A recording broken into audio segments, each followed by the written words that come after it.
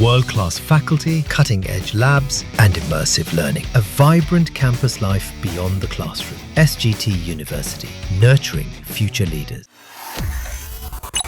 अगले महीने BRICS summit होनी है और ये ब्रिक्स समिट 6 और 7 जुलाई के बीच होनी है। इस दौरान 5 जो बड़े सदस्य देश हैं ब्रिक्स के, उनमें से 2 सदस्य देशों के मुखिया इस समिट का हिस्सा नहीं होंगे।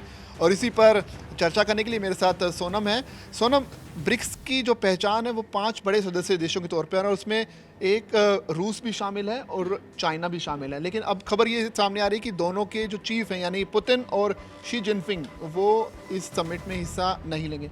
क्या बता सकते हैं कि क्या वजह है कि पुतिन और जिनपिंग इस समिट में नहीं आ रहे हैं? पुतिन और जिनपिंग के इस समिट में ना आने की वजह से पहले जान लेते हैं कि आखिर ब्रिक्स समिट में कौन कौन से देश हैं। तो हम इसमें बता दें कि ब्राज़ील, रूस, भारत, चीन और दक्षिण अफ्रीका शामिल हैं। अब इस समूह में अगर हम और अतिरिक्त सदस्य देशों की बात करें तो उनमें मिस्र, इथोपिया, ईरान, सऊदी अरब और संयुक्त अरब अमीरात भी शामिल हैं।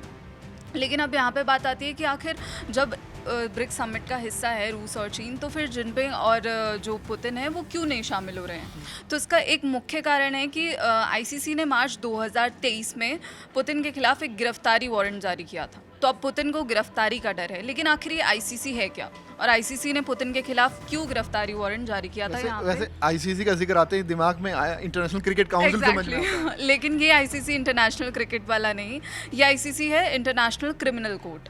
अब 2023 में पुतिन के खिलाफ गिरफ्तारी वारंट जारी हुआ। इसमें पुतिन पर क्या आरोप लगे या फिर ये बताएं कि उन्हें किस उसके क्राइम के ऊपर ये गिरफ्तारी वारंट जारी किया गया था।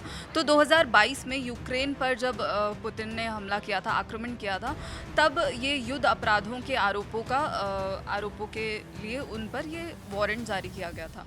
तो वहाँ पर सैकड़ों बच्चों का जो निर्वासन हुआ था उसके लिए पुतिन पर ये वारंट जारी किया गया। लेकिन रूस लगातार इसका खंडन करता आया और बोलता आया है कि ये गिरफ्तारी वारंट बिल्कुल भी वैलिड नहीं है। वैसे इसमें हैरान करने वाली बात यह है कि क्योंकि ब्रिक्स समिट में रूस एक अहम सदस्य है, तो ऐसे में ब्राज़ील में पुतिन की गिरफ्तारी का क्या डर है, ये भी बड़ा एक अहम इशू बन जाता है। इसके बारे में सोनम ये बताइए कि आखिर ऐसा क्या है कि ब्राज़ील में जाकर भी पुतिन को अपनी गिरफ्तारी का डर है? ब्राज़ील में कैसे हो सकता है? ब्राज़ील में ऐसे क्योंकि जो इंटरनेशनल क्रिमिनल कोर्ट है, ब्राज़ील उसका सदस्य है, आईसीसी का सदस्य है और उसने हस्ताक्षर किए हुए हैं उसकी संधि पर। तो अब अगर वो इस आईसीसी का सदस्य है तो वो गिरफ्तारी उसको करनी पड़ेगी। अगर पुतिन उसकी लैंड पर जैसे ही कदम रखेंगे तो वो गिरफ्तारी उसे करनी पड़ेगी, नहीं तो वो उस आलोचना का सामना करना पड़ेगा उसे आईसीसी की। यहाँ पर नोट करने वाली बात यह है कि पुतिन ने पहले भी आईसीसी वारंट के कारण सावधानी बरती थी जब 2023 में दक्षिण अफ्रीका में ब्रिक्स समिट हुआ था। लेकिन वो वहाँ नहीं गए थे क्योंकि उन्हें तब भी इस गिरफ्तारी का डर था, और क्योंकि हम आपको बता दें कि दक्षिण अफ्रीका भी एक आईसीसी सदस्य है। और पिछले साल वो मंगोलिया की यात्रा पर गए थे। मंगोलिया भी आईसीसी का सदस्य है, लेकिन उसने जो पुतिन की गिरफ्तारी करने में विफल रहा, जिसकी वजह से मंगोलिया को आईसीसी और यूरोपीय संघ की आलोचना का भी सामना करना पड़ा। यानी कई देश चाहते हैं कि पुतिन ने जो कुछ भी यूक्रेन के बच्चों के साथ किया है उसके आरोप में उन्हें अरेस्ट होना चाहिए। लेकिन इतनी बड़ी शक्ति है, अब पुतिन जैसे नेता को अगर गिरफ्तार करेंगे तो निश्चित तौर पर एक युद्ध छिड़ने जैसी स्थिति हो जाएगी। लेकिन एक सवाल यहाँ पर यह भी है कि पुतिन की आपने बात बता दी, जिनपिंग का क्या चक्कर है, वो क्यों नहीं शामिल हो रहे? जिनपिंग पे अभी कोई आधिकारिक जानकारी नहीं आई है, कोई ऑफिशियली स्टेटमेंट नहीं आया है कि वो शामिल होंगे या नहीं होंगे। हांगकांग स्थित साउथ चाइना मॉर्निंग पोस्ट ने इस खबर में बताया है कि चीनी प्रधानमंत्री और शी के विश्वास पात्र ली क्विंग शिखर सम्मेलन में भाग लेंगे।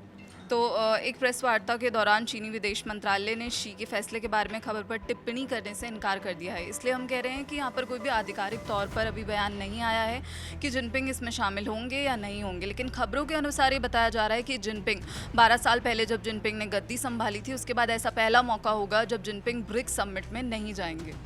वैसे आपको बता दें कि इस समिट में एक अहम सदस्य भारत भी है और भारत के आग्रह के बाद ही कुछ 5 और देशों को इस समिट का हिस्सा बनाया गया है। लेकिन भारत की मौजूदगी के हिसाब से बताएं तो निश्चित तौर पर प्रधानमंत्री मोदी इस समिट का हिस्सा होंगे, जो कि 6 और 7 जुलाई को होनी है। लेकिन भारत के हिसाब से देखा जाए तो उम्मीद ये की जा सकती है कि भारत इस मंच पर भी आतंकवाद के खिलाफ और काउंटर टेररिज्म के खिलाफ पाकिस्तान का नाम लिए बगैर भी हमला कर सकता है, जैसा कि हमने एससीओ समिट में देखने को मिला, जहां राजनाथ सिंह ने भी चाइना में कैसे पाकिस्तान का नाम लिए बगैर आतंकवाद के खिलाफ खुलकर अपनी बात कही। तो ऐसे में उम्मीद कर सकते हैं कि भारत एक बार फिर इस समिट में बिना किसी देश का नाम लिए आतंकवाद के खिलाफ अपनी आवाज़ को बुलंद करेगा। अब तक लगातार इस समिट की हर अपडेट हम पहुंचाते रहेंगे। आप बने रहिए दैनिक जागरण के साथ।